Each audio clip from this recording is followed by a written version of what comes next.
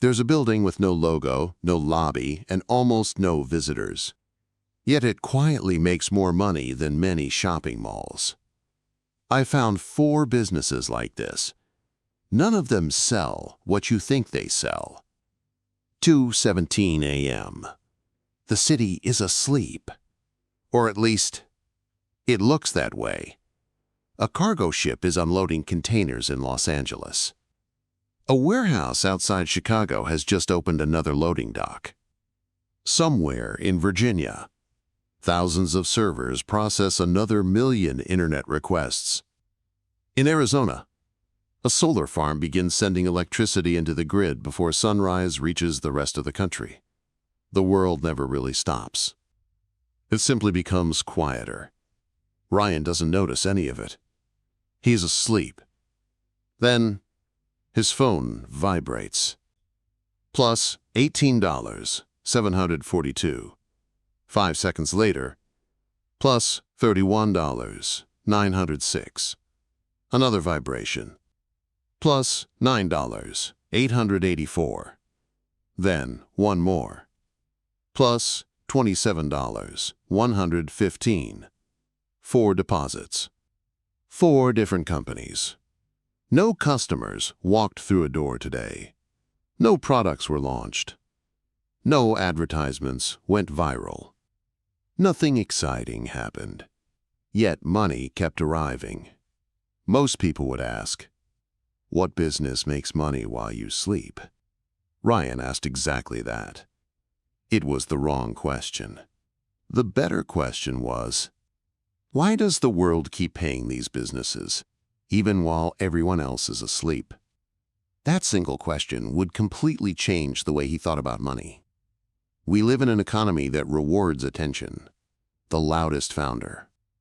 The newest startup. The next billion-dollar app. Every day, another business competes to become impossible to ignore. And somewhere along the way, most of us started believing something that sounds obvious. The businesses getting the most attention must be making the most money. History says otherwise. Because almost every famous company stands on top of an invisible one. Apple couldn't sell an iPhone without someone moving it. Netflix couldn't stream a movie without someone storing the data. Amazon couldn't promise next-day delivery without somewhere to keep millions of products waiting.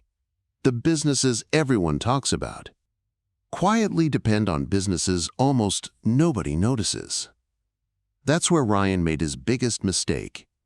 For 8 years, he chased trends, e-commerce, crypto, short-term rentals, AI agencies. Every opportunity looked like the future. Every opportunity came with the same promise. Work hard now, so your money can work later. Instead, the harder Ryan worked, the more his income depended on him showing up every morning. Every trend had one thing in common. The moment everyone noticed it, competition exploded. Margins shrank. Another shiny opportunity appeared. And the cycle started again. Ryan wasn't building wealth. He was renting his attention to whatever the internet found exciting that month. One rainy evening, traffic stopped. Ryan leaned back in his seat. To his right stood a giant gray building. No logo, no lobby, no customers, no giant digital screen, just concrete, steel, loading docks, and trucks moving with perfect rhythm. He looked at it for 3 seconds, then looked away. There was nothing interesting about it. A week later, he saw another one. Different highway. Same building. A month later, another. Then another. The buildings barely changed.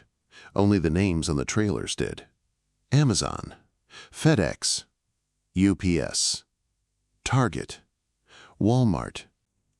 Companies competing for billions of dollars, all quietly stopping at places nobody seemed to care about. Ryan couldn't stop thinking about it.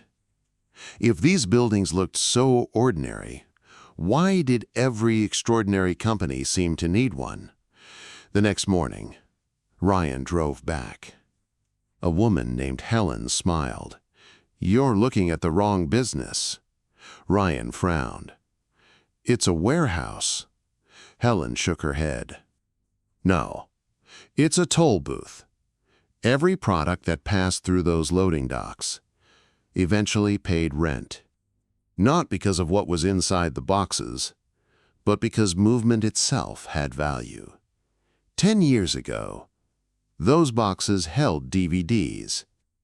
Today, electric vehicle batteries. Tomorrow, AI hardware. The products changed. The building didn't.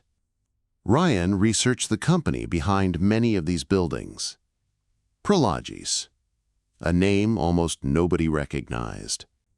Yet companies like Amazon, FedEx, UPS, Home Depot, and thousands of others quietly depended on it.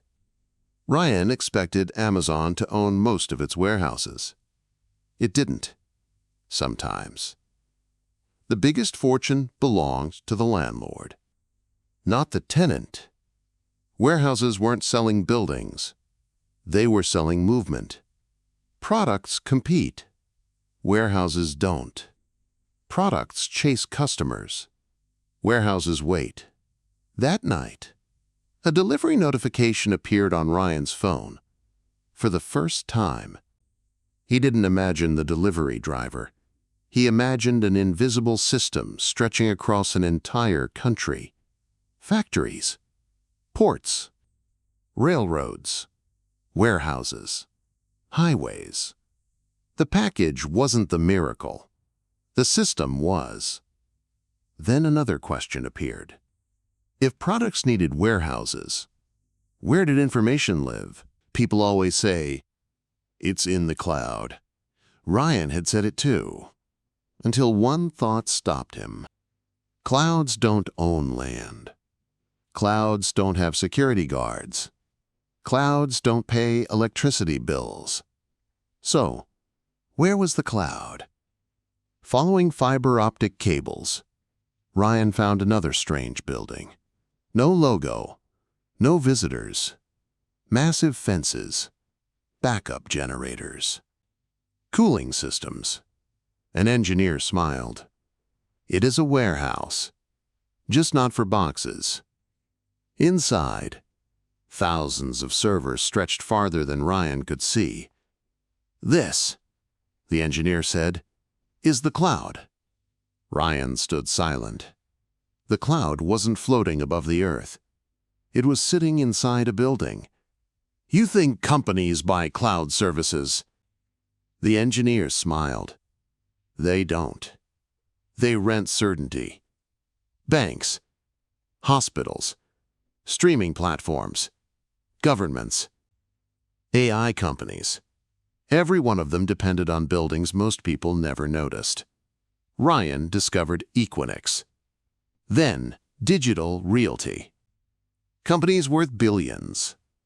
Quietly supporting companies worth trillions. Then came another surprise. Once thousands of servers are installed, moving them can cost millions. Downtime destroys trust. These buildings weren't protecting computers. They were protecting certainty. Ryan realized something. Warehouses owned movement. Data centers owned certainty. Different business. Same invisible advantage. Own what the world cannot afford to stop using. Driving home, Ryan noticed rows of orange storage doors. A week ago, he would have ignored them. Now, he wondered, what invisible problem were they solving? Inside the storage facility, Maria smiled. "You think I rent rooms?" She shook her head. "I sell time." Ryan looked confused. Maria pointed toward the parking lot. A young family, buying time before moving. A restaurant owner, buying time during renovations. Someone grieving a loved one, Buying time before letting go. A student moving overseas. Buying time. A growing business. Buying time. Life doesn't move on schedule. Storage simply gives people room to catch up. Ryan researched the industry. Public storage. Extra space storage. Billions of dollars. Thousands of locations. The demand wasn't driven by trends. It was driven by life. People marry. People divorce. People move. People inherit. People downsize. Life changes. Storage remains necessary, driving farther outside the city. Ryan found another silent business. Rows of solar panels. No customers. No advertising. Just sunlight. An engineer smiled. The money wasn't made today. It was made years ago, before construction even begins. Many solar farms sign long-term power purchase agreements. Utilities, factories, governments, technology companies. They agree to buy electricity for 15, 20, sometimes 30 years. They aren't buying electricity. They're buying predictability. Ryan smiled. There it was again. Warehouses sold movement. Data centers sold certainty. Storage sold time. Solar sold predictability. Part 5. The real business. Ryan remembered the first night. 2:17 a.m. His phone lighting up with deposits. Back then, he thought he owned 4 smart businesses. Now he understood something much bigger. He owned systems the world quietly depended on. Products come and go. Technology changes. Companies rise. Companies disappear. But products will always need to move. Information will always need to flow. People will always need time. Cities will always need power. The surface changes. The system remains. Ryan opened the notebook he'd started weeks earlier. At the top of the page was one question. What business makes money while you sleep? He crossed it out. Then wrote a new one. What does the world keep paying for even when nobody is paying attention? That was the real answer. Not warehouses. Not data centers. Not storage facilities. Not solar farms. Those were simply different faces of the same idea. The smartest investors weren't chasing the next exciting product. They were buying the systems every exciting product eventually depended on. At exactly 2:17 a.m., Ryan's phone vibrated again. Another deposit. He looked at the screen, then quietly locked his phone without checking the amount. For the first time, the money wasn't the interesting part. Understanding the system was. Because attention creates headlines. Necessity creates wealth.